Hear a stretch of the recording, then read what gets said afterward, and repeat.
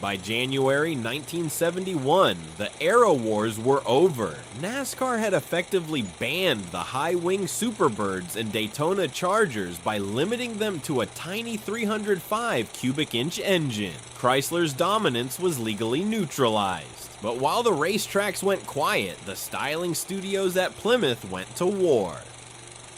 While our previous investigation into the $2.2 million Cuda was a story of preservation, this roadrunner is a story of innovation. It is a one-of-one prototype that featured chicken head aerodynamics years before they hit the street. Built by the legendary Chuck Miller and inspired by the king himself, Richard Petty, this car disappeared from the public eye for decades. Today, we perform a forensic reconstruction of the car that predicted the future of mopar performance. To understand this car, you have to understand the fuselage revolution. In 1971, Chrysler designer John Hurlitz threw away the ruler and picked up a compass. He wanted cars that looked like jet fighters, curved glass, hidden pillars, and tucked-in bumpers. The construction of this car is a masterclass in metalwork. While most show cars of the era used fragile fiberglass, Chuck Miller, the Riddler Award winner and the man who built our $2.2 million Cuda, insisted on hand-formed steel. He had one radical mission: take the new 1971 Road Runner and make it look like a street-legal NASCAR prototype.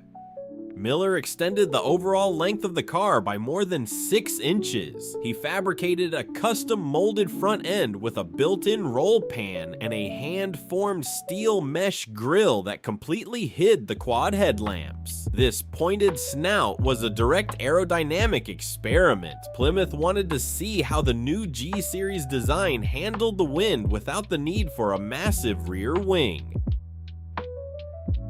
But look at the hood. Miller added paired recessed ram air induction scoops that were seamlessly blended into the sheet metal. These weren't bolt-on parts, they were surgical alterations to the factory hood. The rear was equally radical, featuring a molded spoiler blended directly into the trunk lid and a rear roll pan that concealed a unique tricolor lens system: red, green, and amber.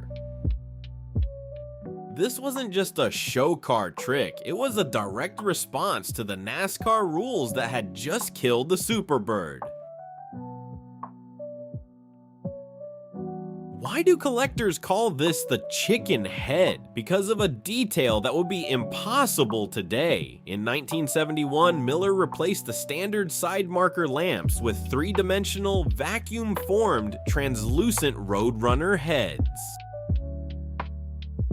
These chicken heads act as the marker lights at all 4 corners of the car. It is a whimsical, Hot Wheels-inspired detail that could only have come from the mind of designer Harry Bentley Bradley.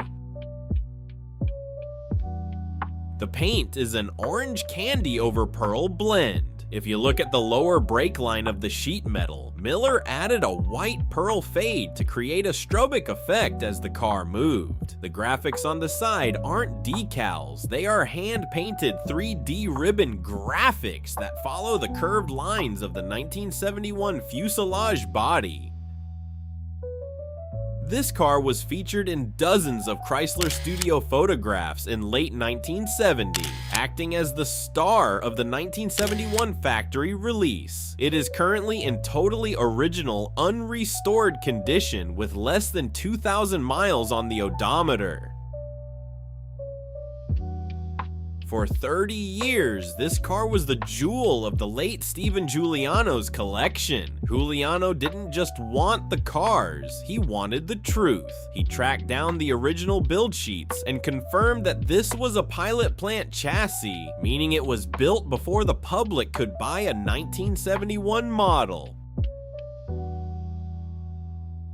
Under the hood sits its original numbers-matching 383 cubic inch V8, kept simple because this car was built for show, not go. However, the value isn't in the horsepower. It's in the provenance. In May 2023, at the Maycomb Indie Auction, the world watched as the Juliano RTS collection went under the hammer. While the 70 Hemi Road Runner from the Tour fetched $341,000 and the 70 Cuda famously hit $2.2 million, this 1971 chicken head remains the unicorn of the set.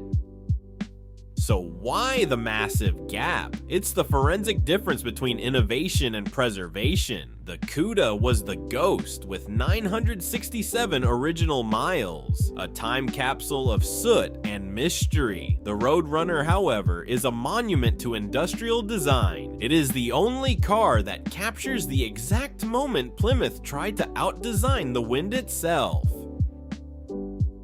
While experts estimated it would bring between $250,000 and $400,000, the hammer finally fell at $236,500. At the time, some called it a bargain, but others realized this was the first time the public had actually seen the chicken head in decades.